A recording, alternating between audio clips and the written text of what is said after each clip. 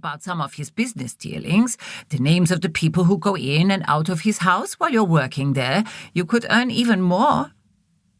I stared at her. I could make it very good for you.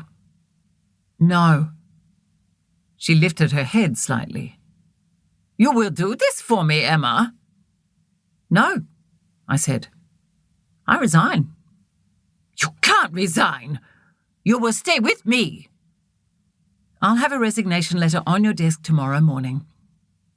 She grimaced with exasperation. I met her eyes and held them. I resign.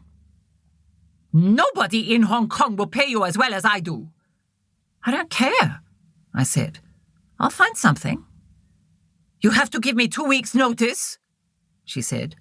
You have to continue to work for me for 2 weeks, Emma. I feel a sudden bout of the flu coming on, I said, then rose and went out without looking back.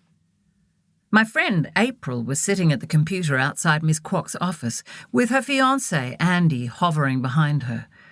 April was a lovely Australian-born Chinese who worked as a systems programmer in a bank, but occasionally came in to help with the computers at the kindergarten.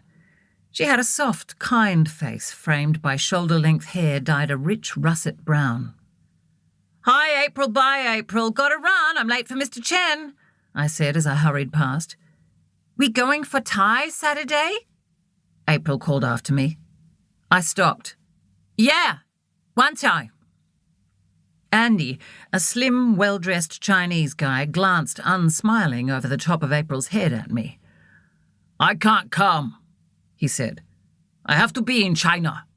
Don't stay out too late. I didn't like the way Andy looked at me. Oh, that's too bad, I said, trying to sound disappointed. Saturday, then? April said, and turned back to the screen. We should do another backup. As long as we don't lose any of the data. It's very important, Andy said. I leaned against the divider in the MTR carriage and mused. Done it again. But I was thoroughly sick of being bullied by Miss Kwok. No amount of money she paid me would compensate. I shook my head as the carriage swayed through the darkness of the Cross Harbour Tunnel. I couldn't believe her nerve asking me to tell her about Mr. Chen's activities. I knew she had more business interests than just the chain of kindergartens. She was one of the wealthiest women in Hong Kong. People called her the Merry Widow, the social godmother. But asking me to spy on my private clients was way over the line. I sighed.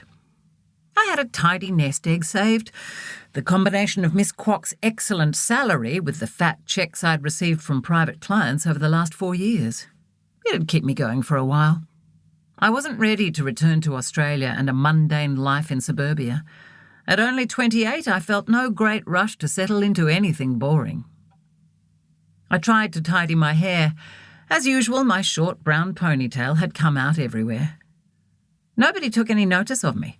I was just an uninteresting Westerner, the only one on the train. Medium height, about 5'6", slightly overweight. Plain clothes, plain face, plain brown shoulder-length hair. Nothing special at all. But my skills as an English teacher were highly sought after in Hong Kong. I wouldn't have any trouble finding something new.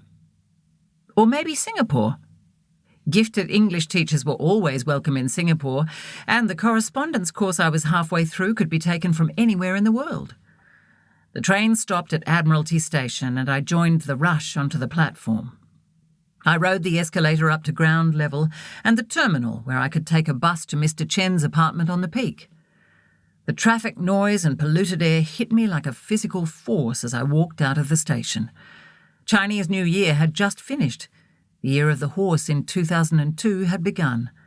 The late February weather was cool, but there was a hint of humidity in the breeze that suggested the presence of the stifling summer just around the corner. Maybe Singapore. And then the Dark King kissed the Dark Queen and the baby princess goodbye, 4-year-old Simone said, moving the Lego figures around on the cream carpet. Why is he the Dark King? I said. Because he is silly, Emma. Simone leaned forward as she moved the Lego, and her tawny hair fell over.